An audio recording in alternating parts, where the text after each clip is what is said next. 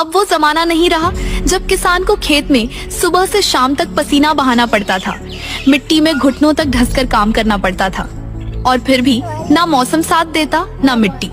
जरा सी बारिश हुई नहीं कि खेत में पानी भर गया, फिर मिट्टी में कीड़ा, जड़ में सड़न और मेहनत गई बेकार। हमारे यहाँ तो आज भी यही हो रहा है, लेकिन थाईलैंड, अरे थाईलैंड के किसानों ने तो जैसे खेती की परिभाषा ही बदल दी है। अब वो लोग मिट्टी में आलू नहीं उगाते। हाँ, आप सही सुन रहे हैं, अब वहाँ के किसान मिट्टी छोड़कर हवा में आलू उगा रहे हैं। इस नई तकनीक का नाम है एरोपोनिक्स। अब इस तकनीक में खेत जोतने की जरूरत नहीं, ना बैलों की, ना ट्रैक्टर की, ना ही बारिश के भरोसे बैठने की। आलू की फसल अब उगती है एक खास कमरे के अंदर, जिसे एरोपोनिक चैम्बर कहा जाता है। इस चैम्बर में क्या होता है, आलू के पौधे की जड़ें मिट्टी में नहीं बल्कि हवा में लटकी रहती हैं, और इन जड़ों पर दिन में कई बार एक खास पोषक पानी की धुंध छिड़की जाती है।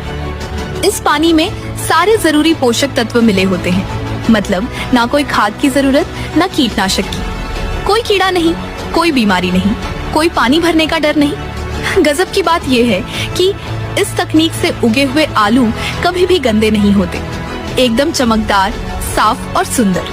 हर एक आलू देखने में जैसे एक जैसा, ना छोटा, ना बड़ा, ना टेढ़ा मेढ़ा।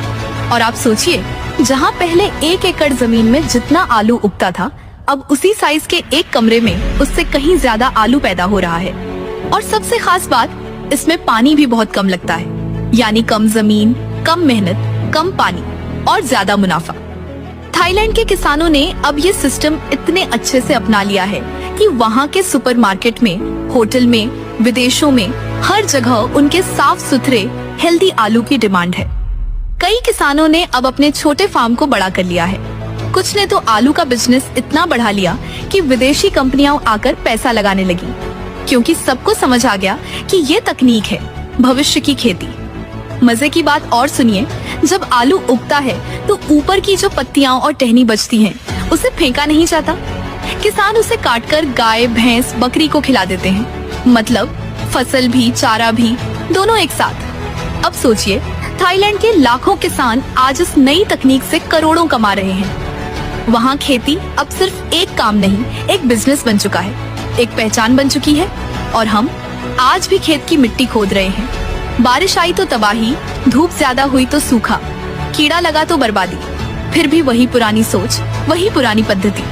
अगर हम थाईलैंड जैसे देशों से कुछ सीखें, थोड़ा सोच बदलें, थोड़ा विज्ञान अपनाएं, तो क्या हम भी नहीं कर सकते ऐसे आलू की खेती?